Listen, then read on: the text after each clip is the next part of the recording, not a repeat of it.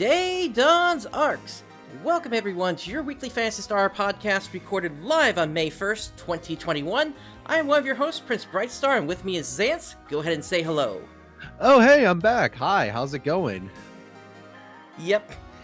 So, of course, Zance couldn't be with us, about a week and a half ago for when the third prologue happened, but they're back today. Hello, how's it going? So yeah, we got a bit of news here on the New Genesis front. Of course, PSO2 Global got a major update this week. Idola has its 2.5 year anniversary happening on the Japanese side. And then, of course, we got some details from Clementine as well. Some activity happening over there very soon. Mm-hmm.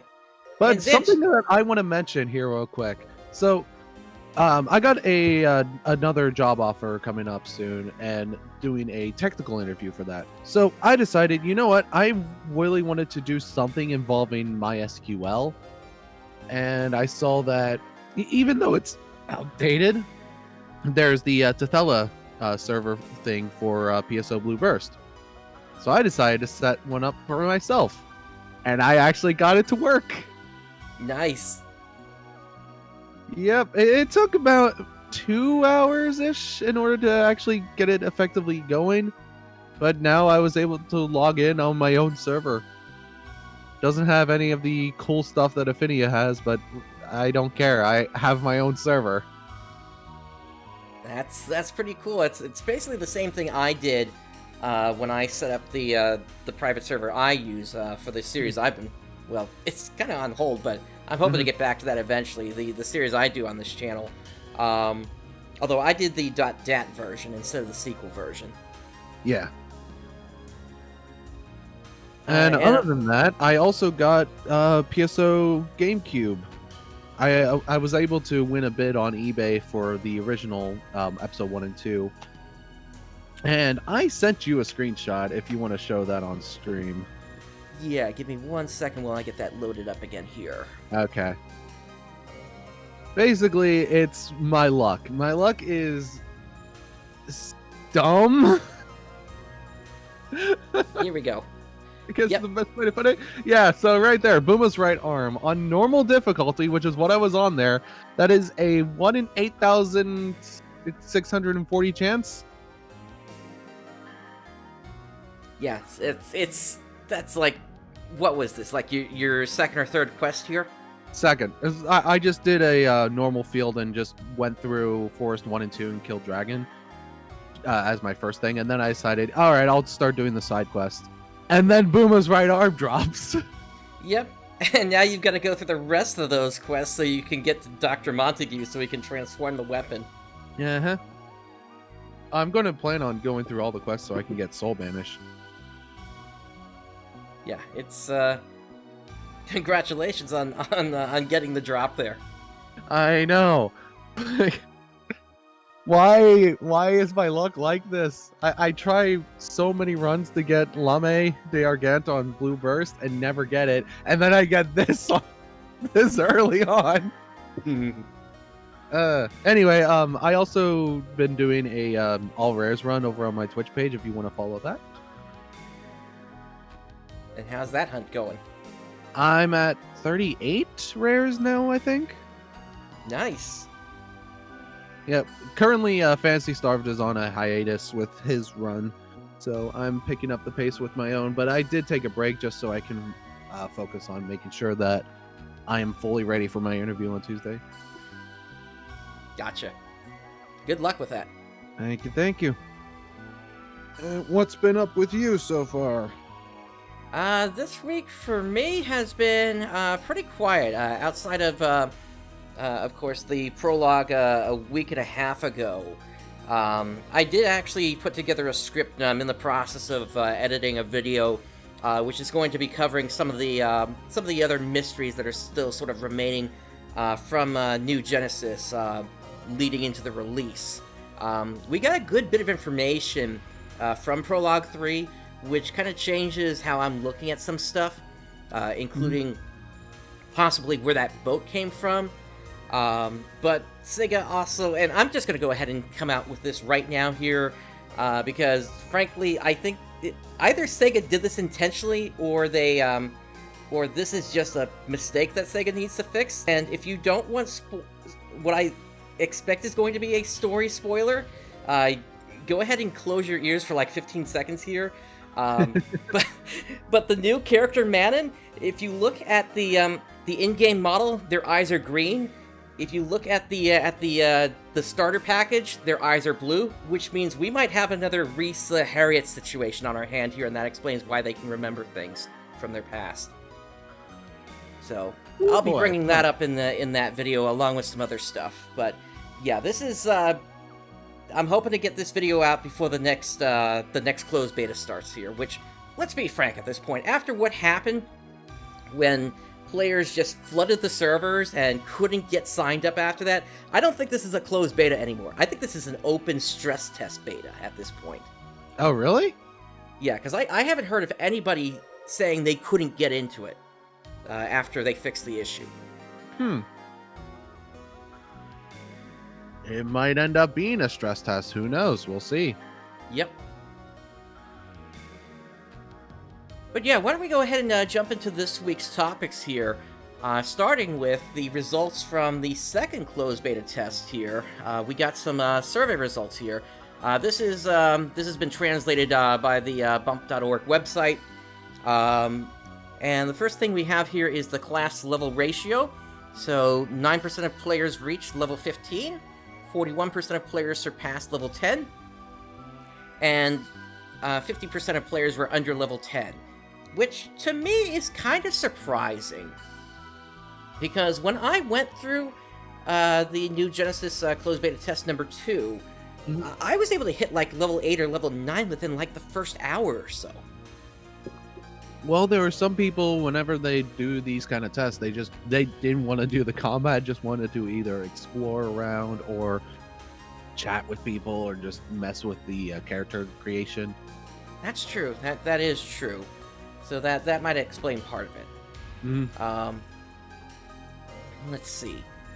After that, we've got battle power. So 26% of players had a total battle power of over 1050.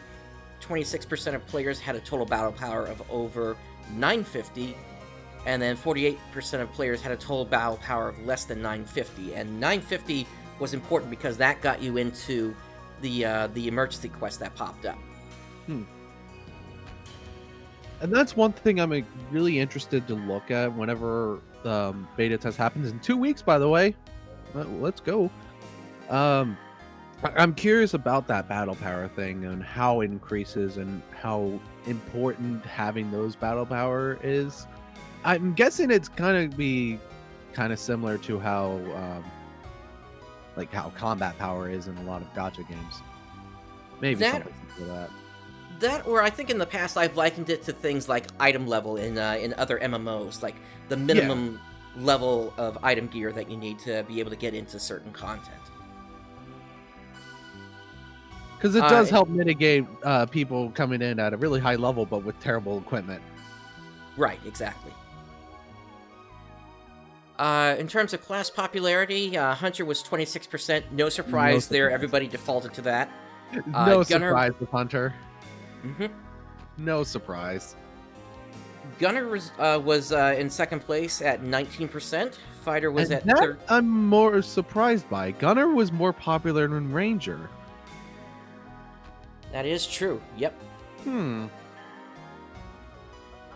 had Fighter in third place, Ranger in fourth place, Forces fifth place, and Tector in the last slot. Which is not surprising with those two, but I'm curious of why Gunner was more popular than Ranger. I don't know. Maybe it was because I remember seeing a lot of streamers using Gunner as well. So it's possible other players may have just latched onto the idea of using Gunner in that way.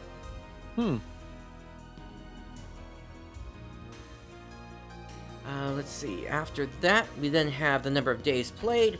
So 23% played for 1 day, 36% played for 2 days, and 41% played for 3 days. No big surprises there. Yep. And then we get into these charts here. So let me actually see if I can zoom this in a little bit here. Here we go. So character creation.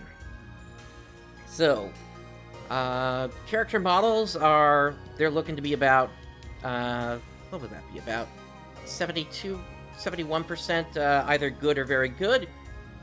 Same for character creation freedom. I'm still looking for Sega to make it so that you can change the inside of the mouth as well as the tongue, change the color of it. And the usability had a bit more bad on there. Yeah. And a lot of average. What does it mean by the usability? I'm not sure. Maybe it's just how to figure out where to go to change different aspects of it. There have been complaints regarding changes to the interface, but Sega would like to ensure players that it was necessary to make creating characters for both PSO2 and New Genesis an easier endeavor. Okay, so it's possible then that some of this stuff may still be required as it is in order to maintain compatibility with PSO2.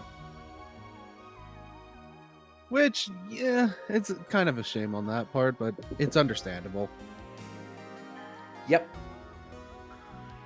Then we have the in-game interface. So a lot of average for most of this here. The one that seems to be kind of bad in this particular situation is the mini-map comprehension. And I will sort of agree on that one. I noticed that I had to kind of pull up the bigger map on a regular basis there to even figure out where I was going. So the planned countermeasures regarding the storage menu will likely be delayed following confirmation of them impacting other aspects of the interface. Adjustments to other UI elements are being molded and will be implemented post-launch. Previously announced font changes will be applied by launch. But yeah, so it looks like at least the main menu usability was the one that was sort of at the upper echelon here, but still, that's a lot of average in there. But at least they kept the bad and very bad down. Yeah. But when it comes to the font changes, I'm guessing that's mostly just aimed towards the Japanese font. I wonder how the English font is going to be looking. Oh, we have that actually. Oh, we do? Yeah, that's actually looking pretty clean. Let's move on to the next one, and I'll show you that in a moment here. Okay. Why don't you go ahead and take this, Sans? In-game graphics, that's a lot of good. So it's highly favored, but the team is looking into implementing settings to address concerns about the brightness of some effects, which makes sense. Things being too bright makes it too hard to see and understand what's going on. But yeah, overall, it is overwhelmingly positive, it looks like. So, if I bring this up here real quick, and try to zoom this in. Oh, here we go. Yeah. So it's kind of hard to see it on this one, but it does look a bit cleaner than the one that we've got in PSO2 right now. Oh yeah, that is very clean. Yeah, so I'm looking forward to having that font in game. Oops, that's not the tab I want.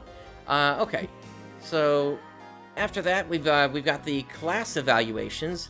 So for Hunter, Photon Arts are looking pretty good. The class skills, though, are only at 50%, and I believe the reason for that is Hunter seemed to be the only class that was considered to be workable as a subclass. None of the other classes allowed that. Oh boy. So pretty much how Hunter is in PSO2. Kinda, yeah. Players were at least satisfied with the weapon action and the usability, though. Moving down to Fighter. Picture's actually pretty the same here, if I'm being honest. Yeah. Although class skills is slightly higher. Yeah, I'm noticing some stuff that are slightly higher compared to Hunter. And then Ranger, pretty much dead average with most of it. Yeah, usability is a little bit worse. Mm-hmm. That's at a solid 40% or 60% overall positive. Mm-hmm. Gunner, it's all hovering around the 50% positive mark. With the photon arts being above 60. Yeah, it's interesting considering how many players were using Gunner that it ended up like that. And then you got Force, which, yeah, players are not happy with that as much as they are with the other classes. That's for certain. Yeah, I can tell that. Photon arts is the only one that is above 50%. All the others are below 50. Yeah. Yeah. I can speak. And if anything, Tekker did a little bit better than Force did. Yeah, that's interesting, because when it comes to photon arts on Force, that had more bad compared to Tekker here. Yep. Or Tekker. So, players appear pleased with the adjustment to sword cancellation timing, but some would like it to be identical to that of PSO2. The team is going to focus on improving cancel timing for other weapon types before considering further changes. Additional concerns were voiced regarding the power and balance of techniques, which will be addressed for launch. Alright. And then up next we have the exploration section and battle section. So, nobody was really happy here with the enemy frequency and gathering material item container frequency. Yeah, that was really low. Oh boy. Yeah. Like, especially for the gathering material, that is over 50% negative. Yeah. Like, a few and very few. Mm-hmm. But just at least the spawning of mineral deposits for this test have not been received well, with many players reporting dissatisfaction with the amount. The team believes that the current frequency is appropriate for the incremental rate at which they intend limit breaks and unlocking potential to occur. So it's probably not going to be changing that much. Agreed.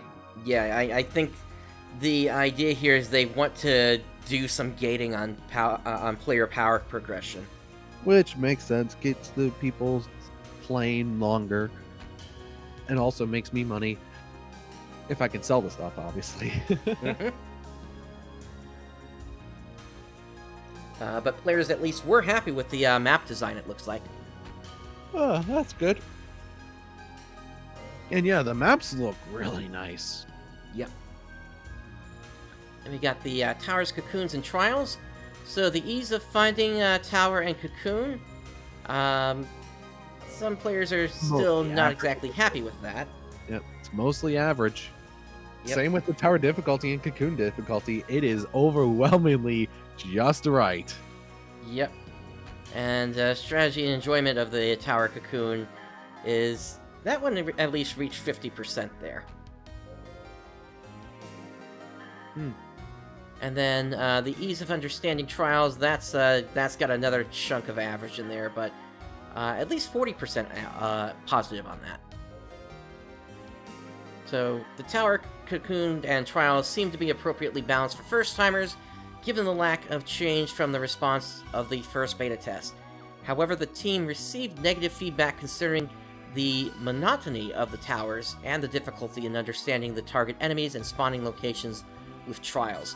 They will advance the development of trials, towers, and cocoons based on the feedback they received while observing the current gameplay status from after the game launches. Alright. Yep, and I'm sure some of that is plot-based, in terms of what's going on there. But to see them say something like this tells me that they might have cocoons or towers that don't necessarily conform to the same blue-colored with hexagon theme inside of there, so that might be, as I said a while back, the way for them to introduce content from other games in the Phantasy Star series, like a return back to Regol or something like that. Or to the Grawl system. But one thing that I'm interested to see is how the American people are going to be responding to some of these things. Because we're already seeing how the Japanese players are responding. And when it comes to the gameplay, or when it comes to the two different audiences, they expect a different kind of gameplay. Yep. So we'll see how things end up with that. Some of these numbers could shift quite in a different direction here. We also have emergency quests, so matchmaking looks like that reached about 20% positivity, with a good chunk of that being average. Some players thought it was pretty bad, though, and from what I understand, players that were trying to enter the same area together through the different zones, even if they were in a party and on the same ship, they were having or rather on the same block, they were having trouble sticking together. And then the emergency quest difficulty is just overwhelmingly average. Oh, and actually, they do say here, measures will be taken to ensure that the matchmaking issues encountered in the beta do not occur in the official release. A new emergency quest is in the works based on the positive feedback to the current difficulty level. All right. And I'm hoping that a lot of these issues are fixed during this closed beta test coming up here. Hopefully so. All right, so the new additions for NGS. We got the Feeling of Photon Glide, which is pretty good. Not a few people saying bad. The Photon Dash is getting a lot of positive reaction to that. Multi-weapon seems a bit more on the average side, but still generally positive. The mag sonar there, the comprehension, that's the one that has a lot of bad. Yeah, we saw the same thing with the last closed beta test as well. People still not fully understanding how the mag sonars work? I guess so. The team is taking concerns about the slow movement speed of photon gliding into careful consideration. Making adjustments to movement speed might make it difficult to maintain the current game speed. Therefore, they will carefully assess the situation as the game progresses. And I think when they say game speed, I think they're talking more about how the player moves around the map and how they move into combat and out of combat and things like that. Yeah, the speed of your character. And then there was about 40% positivity on communication features. Yeah, there's really not that much to improve on with communication stuff. Right. And then, lastly, we have the general evaluation here. So, 1% of players don't wish to play the game any longer. I feel sorry for that 1%. Yeah. 24% of players are willing to play if the quality of the game improves, and 75% of players want to play. So while the majority of the player base is excited for the June release of New Genesis, there was a 5% drop from the results of the first closed beta test. The team is working hard on addressing player feedback and will continue to improve the game as much as they can before and after launch. So, can I just say something else about these closed beta tests? I'm glad that more developers are doing this. Yeah. Because it allows, allowing for player feedback is very important, and it's something that is also a good indication of whether you should actually spend your money on a game. Battle in Wonderland. Yeah, having playtest sessions at just cons and E3 and such, especially once those start to open up again, that really isn't enough these days. You need to get as much player feedback as you can, so that if you're headed in the wrong direction, you can correct before you go golden on your release. Yeah, exactly. And even though, since the Xbox era or the 360 era, with being able to do game updates on consoles, whenever you go gold, first impression is everything. Yep, especially to those players that just don't have access to an internet connection on a regular basis and have to go without that day one patch. So yeah, I'm glad that they're fixing a lot of these issues, because I remember seeing from the closed beta test 1 reactions, there were a lot of more negatives than I see with this one. Yep, definitely. So we'll see how Global likes it as well, or doesn't like it, I guess. I hope they like it. I hope I like it. I'm going into this hoping that I like it. Same here. I'll be interested to see what's changed since the last one. I might be streaming it myself. I don't know. Probably just for the beginning part of it. I already plan on streaming on that Friday anyway. So I know you'll be also be streaming, so you can watch either one of us for this. Yep. I don't know exactly what class I'll go with. I might go with Gunner. But we'll see. Yep. And I know you're doing Hunter. I'm doing Hunter, but I'm still trying to figure out what I want to do as my subclass. I may go for a Gunner Hunter, potentially. But I would just stick to the multi-class weapon and just use sword the whole time. Okay. That's one of the freedoms that the new system gives you. All right, so that takes care of the closed beta test number 2 survey results. Let's move on to global here now for PSO2. There was a server maintenance earlier this week, came back up, no issues or delays as far as I'm aware. And with that, we have a whole bunch of stuff that's new. So there's the new challenge quest and more. There's a new AC Scratch Lethal Designs 2.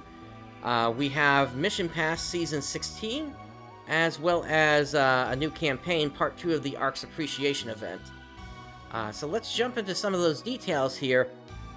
So, everything that was new here, you got the flower viewing lobby, which you can see here. The new challenge quest, Mission Violent Tremor. You have new items at the Challenge Mile Exchange Shop. You got new seasonal enemies, the Elif Rappy and the Cherry Blossom Niao. New swap shop items, new weapon camo at the Zig Shop, and new quest trigger at the Rising Weapon Badge 5 Exchange Shop. Oh, nice. Go ahead. What were you... No, I just said, oh, nice. I was not expecting them to turn that urgent quest into a trigger, I'll say that. Which urgent quest is it? Face of the Abyss. Oh! They actually turned it into a trigger. Uh-huh. Huh. So now you can pretty much... Now you can just spam it for your Darkstone Deimos. Nice.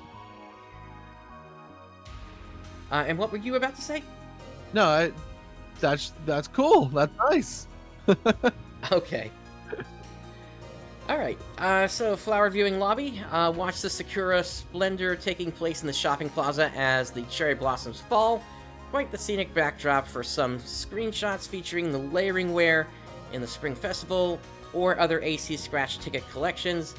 Be sure to capture all the shots you want before the season changes. The cherry blossom, the flower of Japan. Yeah, I would say, yeah, you want to take the screenshot before then, but we also got Screenshot Studio on the way, more than likely. Yep. So you'll be able to get all the screenshots you want regardless. Mm-hmm. Alright, Mission Violent Tremor. So, ARKS HQ has released a new training program, and it is available for testing in the Universal Ship Challenge lobby. This third iteration of a new multi-party ARKS training program will have up to 8 operatives exploring the old mothership, a fall spawn den, the underground shafts, and even the Cuento Castle ruins environments for a total of 5 missions. For this challenge quest, you'll be able to select a class set at the terminal before beginning the program, and this will determine your initial gear. Oh, one more thing. In addition to the normal classes, you can also select any of the Scion classes for your class set in challenge quests. These include Hero, Phantom, Etoile, and Lester, so do what you do best, ARKS, and nab those challenge miles.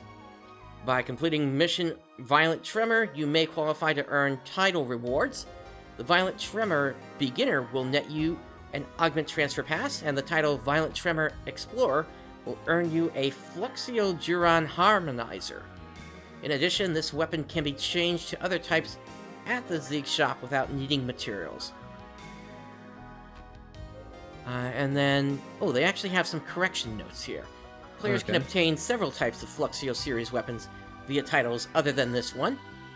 Weapons other than the Harmonizer can be exchanged to other weapon types at the Zeke shop without requiring materials. Ooh, and the nice. Harmonizer can only be obtained by getting the Violent Tremor Explorer title. So, and here is that Fluxial Juron here.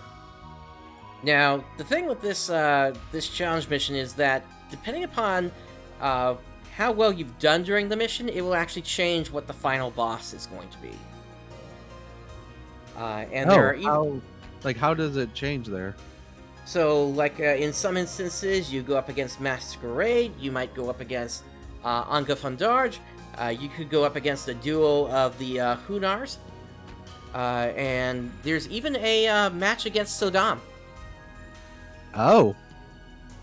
And there is also a solo challenge available if you want to take it on, which will give you rewards for soloing the content as well.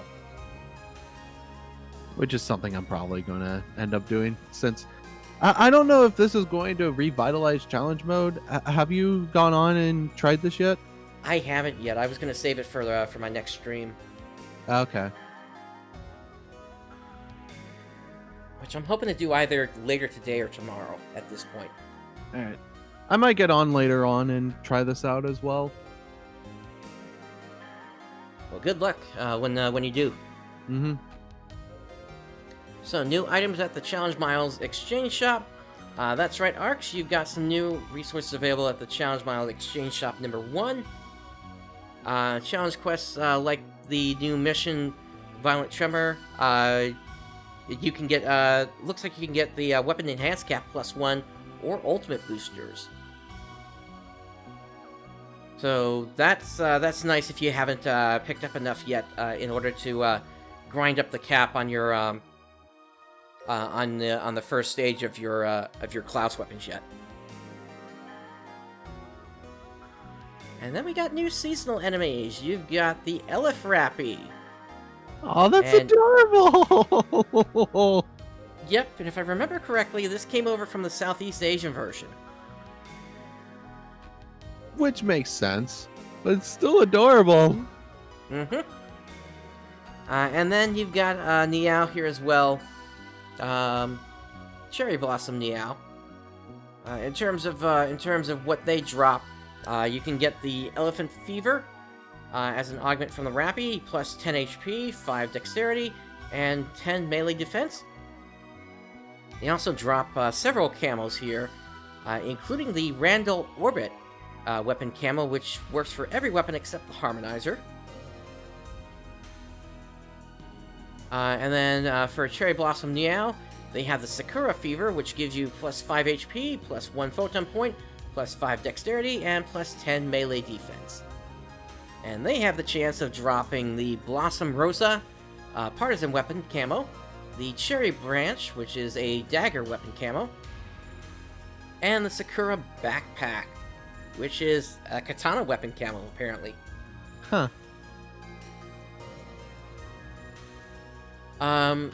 There's also a new swap shop item, so you can now exchange 13-star units for 5x cubes each. There are also some additional exchanges, so make sure to stop by the shop to see what you can get.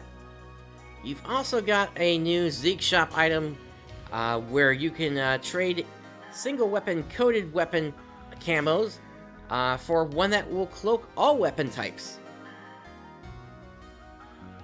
And then lastly, as we were mentioning before, you can now exchange Rising Weapon Badge 5 for the Face of the Abyss triggers. Moving on from there, we also have big news regarding the Mission Pass Gold tickets and select bundles, and that is that the Mission Pass Gold ticket is being discontinued. Now, it's interesting here. They only talk about the Mission Pass Gold ticket. They don't actually talk about the entire Mission Pass. So yeah, we'll have but to see. I'm guessing that they probably are removing the entire Mission Pass thing. It's very possible, yeah. Mm-hmm. But we are currently in the middle of the final Mission Pass that will support the Gold ticket. After that one, the Mission Pass Gold ticket will be withdrawn from the SG shop.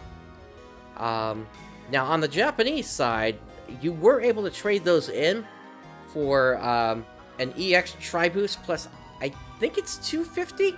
So, or at least that's what the plan is, so I guess we'll see if that comes over to the global version as well. And then they're also discontinuing some item packs as well that you can pick up through the Steam, Epic Games, and Windows Store.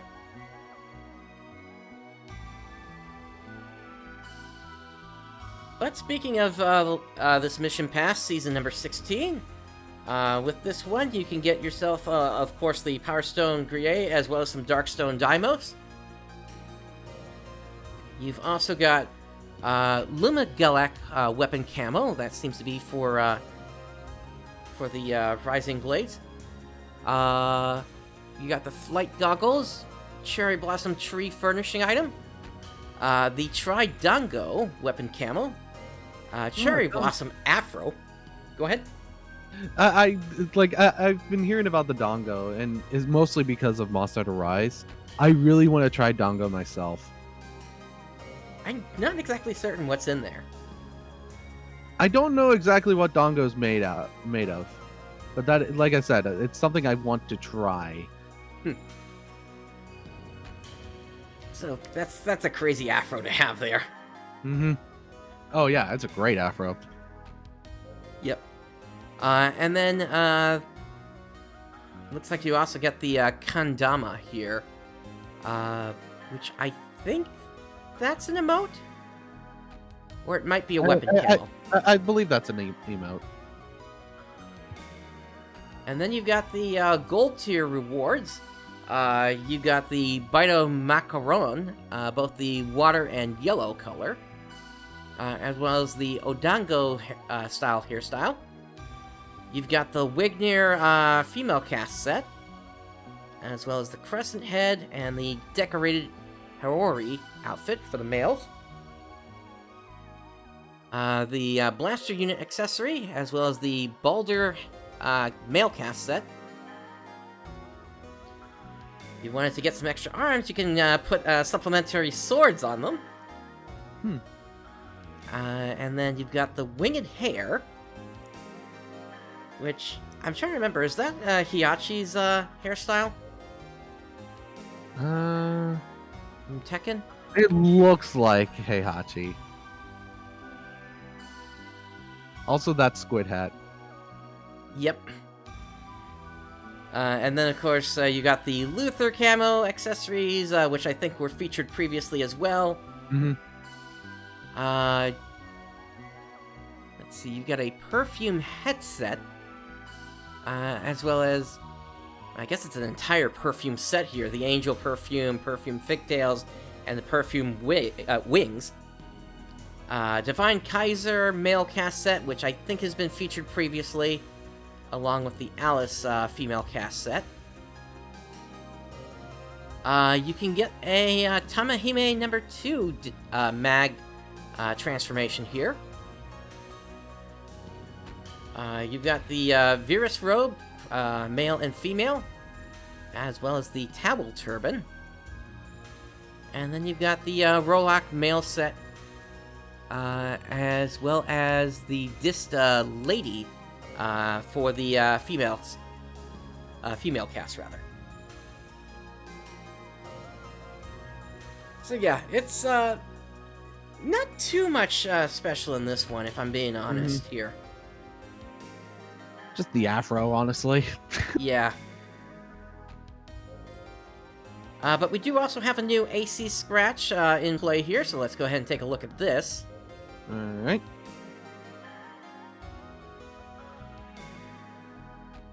Starting off with the Ignis.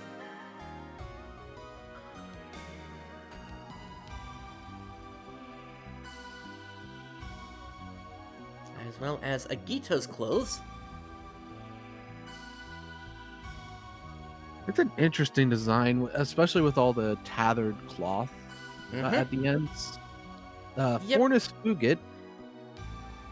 It's like half of light, half dark.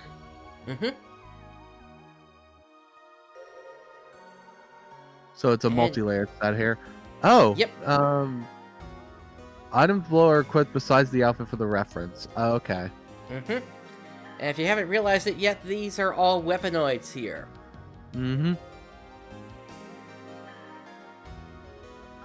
Except for the cast sets, of course. Yep, of course.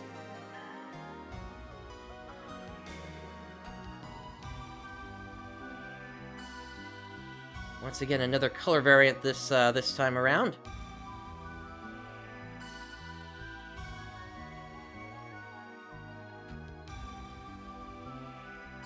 And those look like, actually looks like a pretty interesting wing set there.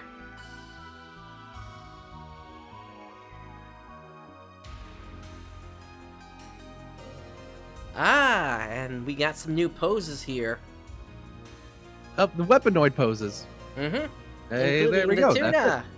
And then there's your Elder Pain.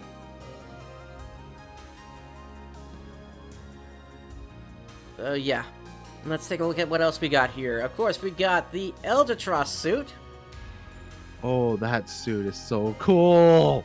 Yep. It's a shame we never got the Birdling set from the Shining Force collaborations, though. Yeah. But come on, that suit is so cool. Along with the Elder Pain suit. And then the Space Tuna dress.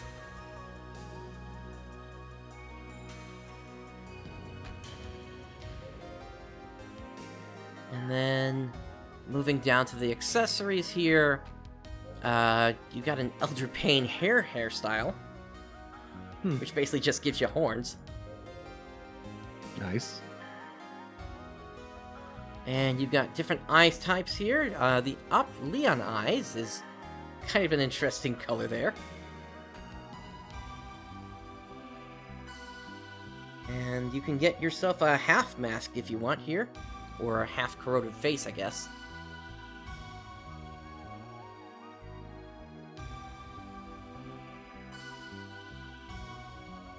Along with corroded cyber eyes as well.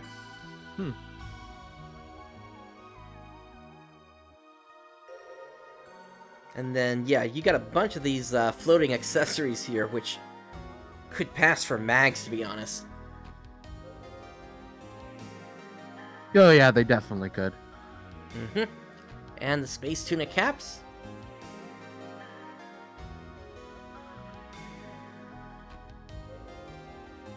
And if you were looking to get a new shield, here's the Cavalier shield set.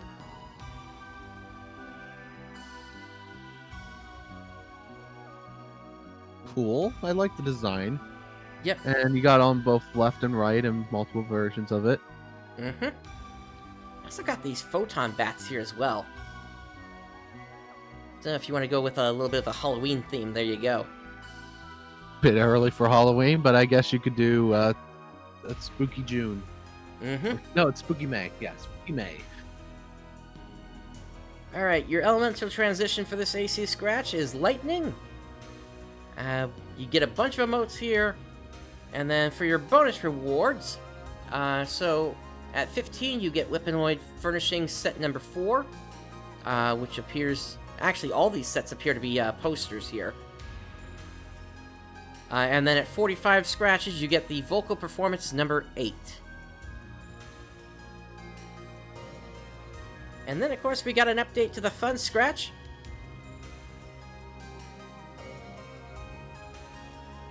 Zance? Alright, yeah, fun! Almost forgot there. I was waiting for you!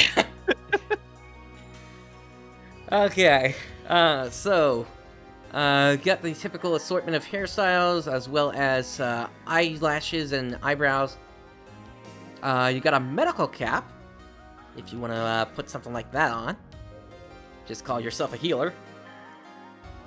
You got the slouchy boots. Interesting with the toe up like that. You've also got the Carp Streamer accessory. And a whole bunch of stickers. And then after that, we go into the repeats from last week. The Apostle Helm being, I think, one of the better ones that you can get out of that.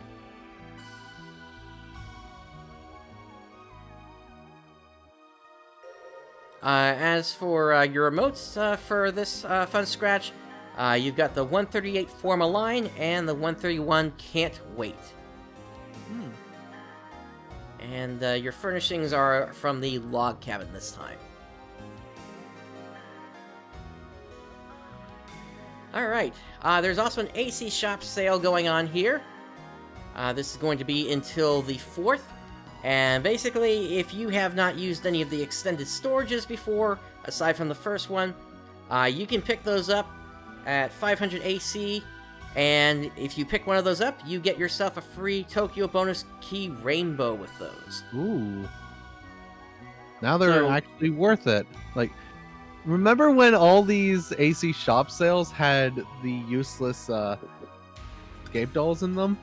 Mm-hmm. Yeah, none of them have them anymore, and these are all 500 AC. Yep. Yeah, in this particular case, well, let me relate something from the Japanese side of things here. Way back, like 5 or 6 years ago, when PSO2 was really starting to pick up in popularity, Sega did a combo deal that basically gave you one ticket for each of these, Storage 2, Storage 3, Storage 4, and Storage 5, and it was at, I think, a 50% discount, if I remember correctly. But we're not seeing the same kind of discount here, so it's a shame that Global never got that, but at least they got a little something if you've never used it before. Mm-hmm. And I never have used those extended storages, never really felt the need to. Yeah, I gotta see how things are gonna shape up for New Genesis in terms of my storage. Alright, we also have an update to the ARKS Appreciation event here. Let me scroll down to that here. Yeah, here it is. So, they updated the rewards here. So, for this week, if you complete the urgent quest Swirling Inferno on the ARK ship one time, you're going to get the 382 Ready Staff. And then for the special mission Tokyo Gold, if you complete that twice, you get the 591 Episode Oracle Comms emote. And that's what that looks like right here. Also, I just love the little Risa chain there. It's just cute. Yep. That accessory, yeah. And then next week's got updated as well here, so completing 2 special mission Tokyo Gold. That's going to give you the Heretic Morte, plus the 310 Hagith Femp emote. Ooh. And that one basically lets you fire missiles out. Oh yeah, that's cool. Mm-hmm. It's just like the boss in episode 4. Yep.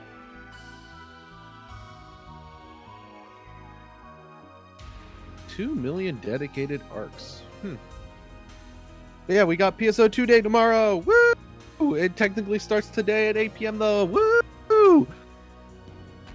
Yep.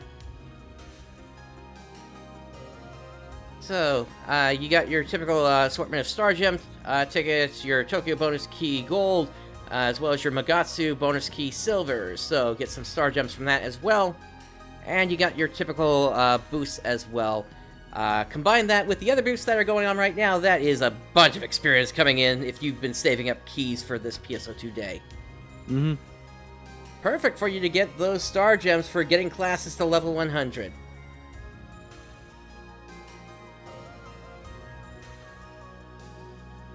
Alright, and with that, let's now move on to Idola. So actually, a quick announcement from the global side. They said that Chapter 15 of Episode 1 is supposed to be coming this week here, so we'll see if they're able to keep that promise here. As for the Japanese side of things here, we got a Step Up Star Festival for Giselle Memories. So this is what that card looks like here.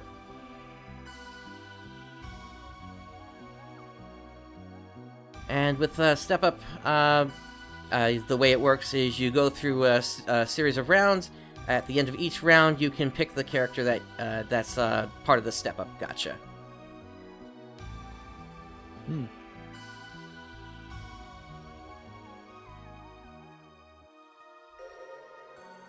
And then they have a character achievement symbol here, Flutter Lil Bird. At the start of the first battle, apply attribute value cap increase Earth of 2. And it has a potential ability, also increase the max HP by 20% and defense by 10%. There's also a brigade battle coin boost period until May 11th.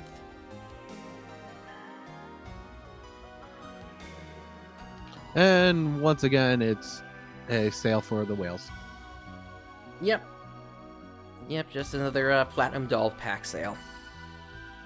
And then we have the 2.5 year anniversary Eve 5-star guaranteed gacha here. So, with this 10-pull banner, you are guaranteed a 5-star at the cost of only 2,500 diamonds, or star diamonds rather. As part of the lineup, some episode 2 characters that appeared since March of 2021 will be included in the lineup. This gacha can only be pulled once per account, and can only be pulled on using star diamonds. Gacha tickets do not apply.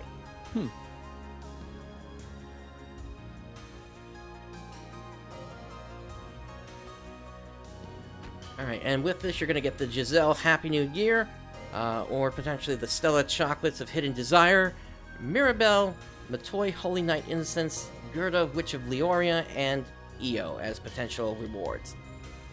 And you also get a Platinum Doll for pulling on that. There's also a paid 2.5 year anniversary 2 times 5-star guaranteed gacha. So if you pay 5,000 star diamonds, paid star diamonds that is, then you're going to get yourself at least 2 of these characters here. And they say here 3-star characters, collaboration characters, and symbols cannot be obtained from this, so that locks all those out. You also get a 10-pull reward of 2 Platinum Dolls. There is also a reprint of the limited special training quest Amane's Special Training Dojo. That's going to be around until May 25th. There is the Level Max Pack sale. And with that, looks like that's another thing for the whales here, but you actually do get some decent stuff with this. And it's not too expensive. Right. Yeah, you get 2,500 star diamonds paid, so that's actually not that bad from the start here. You get 5 glorious star stones, 550 rainbow EXP books plus 3. So I think that's what they're saying here about level max, that 550 would take you straight from level 1 to level 100. You also get a mysterious crystal, a fate diversion scroll, and 3 million Meseta. So, if anything, this one is at least somewhat decent. Yeah. It's not too expensive and have a lot of useless junk in it. Right. And that does it for Idola. So, we've got one more update for you here today. And that is from Clementine. So let's take a look at that. Actually, let me scroll this up here. And zoom it in a bit. Here we go. So Xance, do you want to start this off? Yes. So they're expecting to do an update on May the 7th, but anything could change, so they'll let you know if things do. So there's going to be some new updates coming into Clementine. Basically, a rehaul of the grinding system is the big one here. So before anything, we want to elaborate more on the grinding system changes. In the previous post, we said that the overall chance to obtain a 1010 for S rank would be slightly lower, around 3.6 to 3.8%. The rates for S ranks have been lowered slightly further, along with A rank, and the rates for B and C rank have been increased to help new players with grinding weapons. Why? Because the change that removes weapons from degrading from their 1010 potential, it's important to keep the challenge of obtaining 1010 weapons intact. Our plan is to start lower rather than higher, and amend those numbers where and when needed.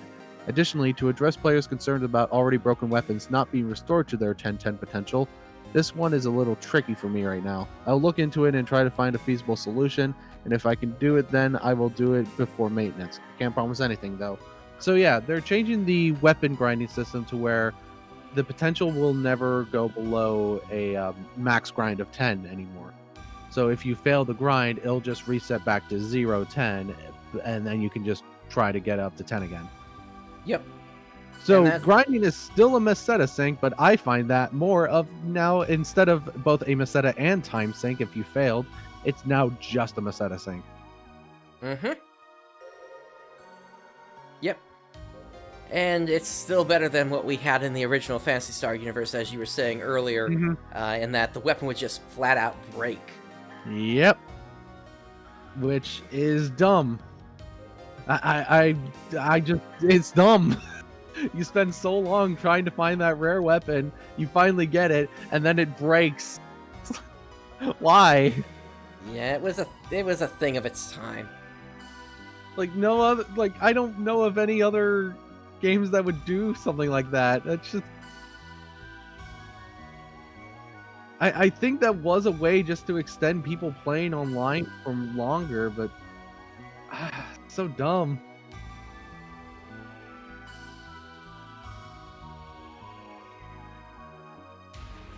Anyway, so we got prototype weapon systems. So this is something that they talked about earlier in their plans for the future. L-Sword, but that was fixed. Okay. So L-Sword apparently had that kind of system as well. All right. So prototype weapons that we mentioned in the last post have been experimented with and have we have implemented the base foundation of the system in order to see how a mechanic like this would work with PSU. The prototype weapons are designed to add more rarity to the weapon selection available in the game. While these types of weapons are rare, and you should not expect these types of weapons to be common, they are going to be necessary for doing any content. They're not going to be necessary for doing any content or missions. They're simply a flex. Rarity with very small boosts. Yes, flex on everyone. Perfect.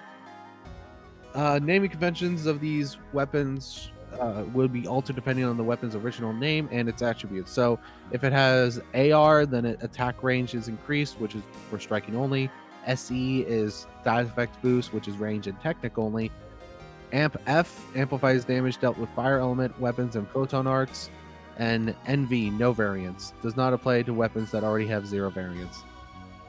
These abbreviations will be appended to the weapons' names with a prototype code to distinguish any weapons that might have same abbreviation. Alright. Yep, and they give an example there here. Yep. The G and MR NV 1404 for a golden Miller replica with no variance. And now we got a daily quest system being implemented, the Guardians quest system.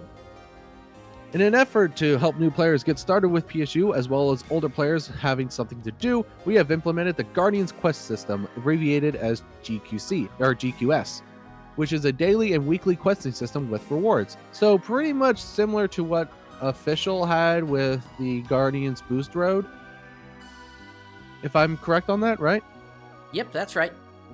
Yeah, so Guardians Boost Road was a system where you would do a set of missions, and it would be on a monthly rotation. And the more you did those missions, the more your drop rate increased. Mm-hmm. So it was much easier to get specific weapons or items that you were trying to hunt for. Yep, if the mission was in the rotation there. Yeah. So it's just, but in order to have the drop rate increased, you needed to go through all those missions at least once. Because if you just sticked with, like, if 4 missions were on the rotation, if you just stuck with 3 of those missions, your drop rate would not increase because you didn't do that 4th one. Correct. Hey, Lord Samuel, welcome. So yeah, this is mostly just a daily and weekly quest system thing to get people to do other quests. So, each player will get 5 quests, which will include 3 daily and 2 weekly. As their name suggests, daily quests will refresh every 24 hours, and weekly quests will refresh every week at 0000 UTC. Of the 5 quests you receive, 2 daily and 1 weekly will be static, while 1 daily and 1 weekly will be dynamic. Your current quests can be seen in the second player status page. Oh, you came back to 14. Nice. So the second player status screen, I remember they do talk about the status screen here a bit more, so we'll talk about that later. Static quests do not change upon refresh and will always be the same for all players. The dynamic quests will pull from a list of possible quests each refresh, meaning players will not always have the same quest line as each other. Possible dynamic quests would include defeating a specific enemy a certain number of times or defeating a specific boss a certain number of times. Oh, okay, so they're like actual quests and not like, oh, just do this mission. Yep. That's actually nice. I like that. Yeah, it's a bit more in line with PSO2's missions. Mm-hmm. You'll be able to receive unique rewards from these quests, benefiting both new players and old players. When you have finished a quest, you will receive a simple mail from the server stating you've completed the quest and received your reward. If you do not have space for reward, you will be told to make inventory space and revisit the quest page again to receive the reward. Completed quests will be marked in green. I actually like this system. It gives you it incentivizes people to log in every day in order to get that kind of stuff. So yeah, I like that. And It might also help me out with actually getting to leveling my ults. Boost items. We have also researched and implemented boost items, which will currently be tied to the GQS as rewards. These items will be located in the 6th inventory slot. They will provide different boosts such as increased EXP, MP, and even drop rate chances. They work similarly to how they did in Official, meaning as soon as you consume it, the timer will begin counting down. They will save the remaining time upon logging out, however. The remaining time for each active boost can be seen in the first player status page. So, the boost items, how they were in Official was they were tied to the Guardians cache. So it was a late addition to Official server. Yep. And if you don't know, Guardians cache is pretty much the same thing as ARKS cache. It was the premium currency, and you can only get these boost items through the premium currency. Fun. Yep. Plus access to, I think it was like 1 or 2 special level up quests. Mm-hmm. Which you had to pay GC directly to access them. Mm-hmm. Yeah, end of the life PSU was very pay to win. Oh yeah.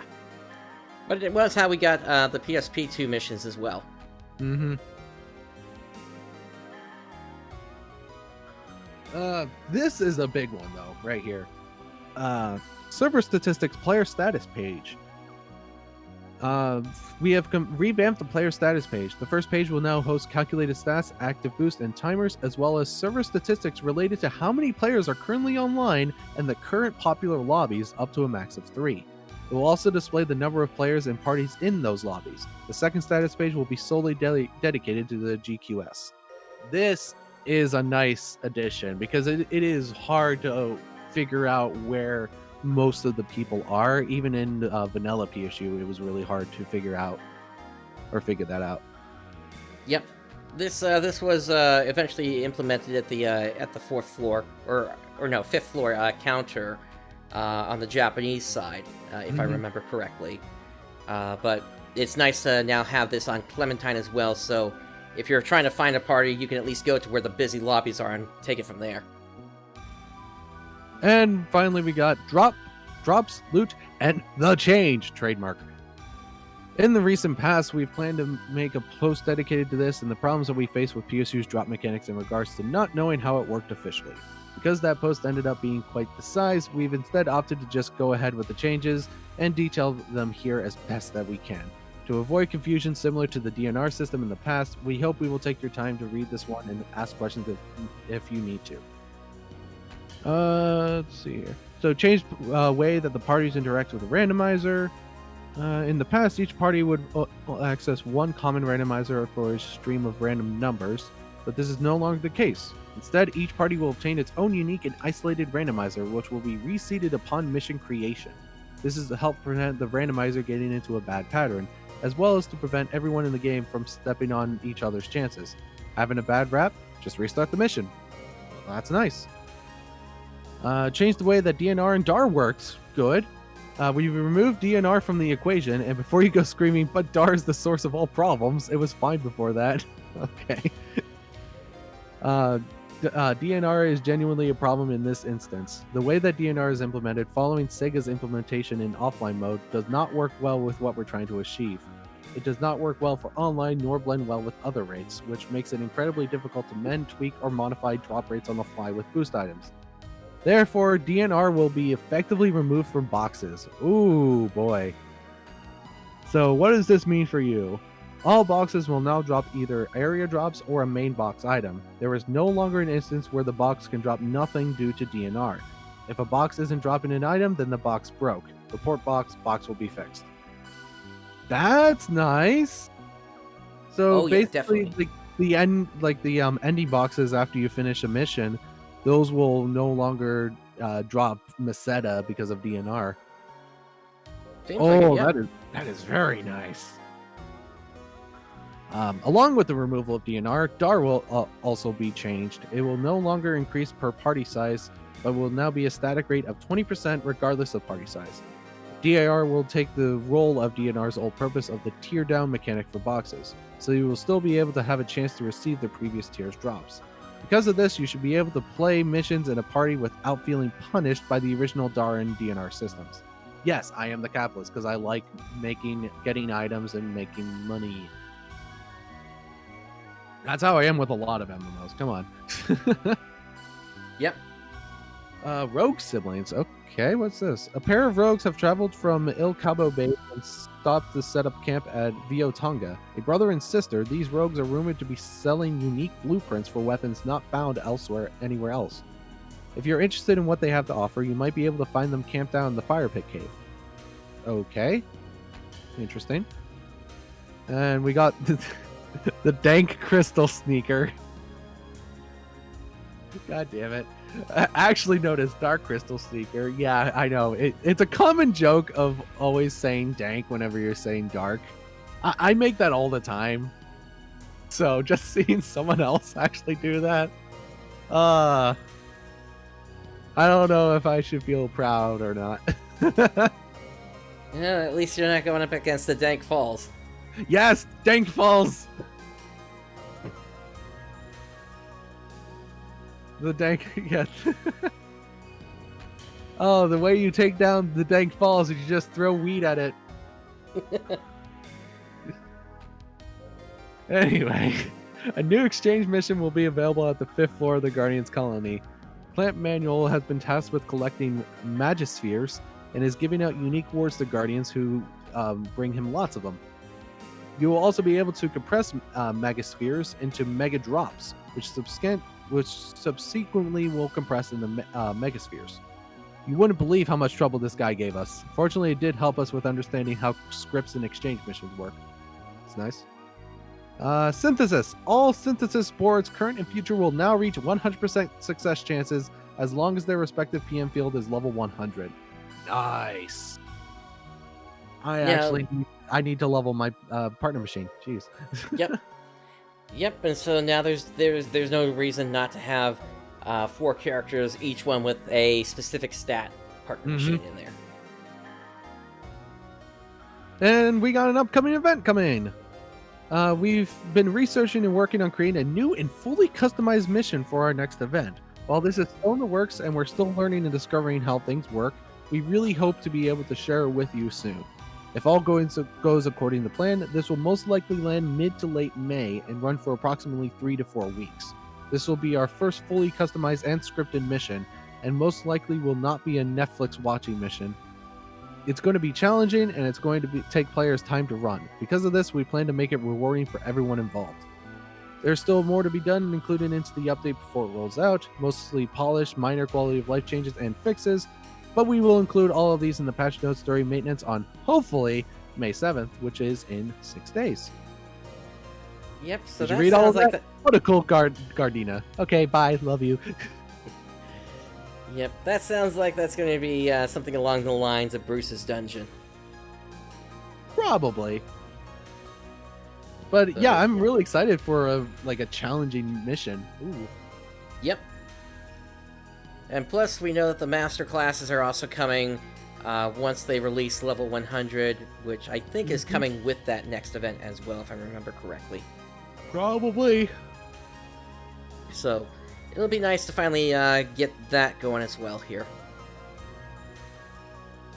But yeah, a lot of updates coming to Clementine, and I'm so impressed with how far this has gone. Do you remember back in 2016 or 2017, one of those years, during one of those test server eras? Oh yeah, I have like 4 streams from that era, and it was like you were lucky to make it into the next block without getting stuck. Yeah, man, it's come so long since that time. Yep. Really happy with how Clementine has turned out now. Much respect to the developers working on this. Yep. And I'm hoping that things just improve further from here. Agreed. But yeah, I think that's all that we have, or do we have anything else? That's pretty much all that I had. Next week is going to be a big question mark in terms of if there's going to be a show or not. We're going to see if maybe we can, if we're able to get Phantasy Star in for an interview. But if not, it might be another off week for us. Yeah. Well, we'll probably be playing Clementine at that point then, since the update will be next week. Yeah. And then the following week, new Genesis beta. Let's go. Yep. Yeah, I can't wait. And then the launch the month after. It's looking like that's probably going to be the week of the 22nd, but we'll have to see on that one. Yep. We got a lot of stuff coming up here, and we're hoping that eventually with more stuff, fantasy stuff going on here, we can start getting the ball rolling of getting more people, hopefully. Hopefully, yeah. Yep. Yeah, that's pretty much going to do it. And so with that, that brings us to the end of this episode. On behalf of Zance and myself, thank you for joining us today. Day has dawned. Have a great day, everyone. Johnny.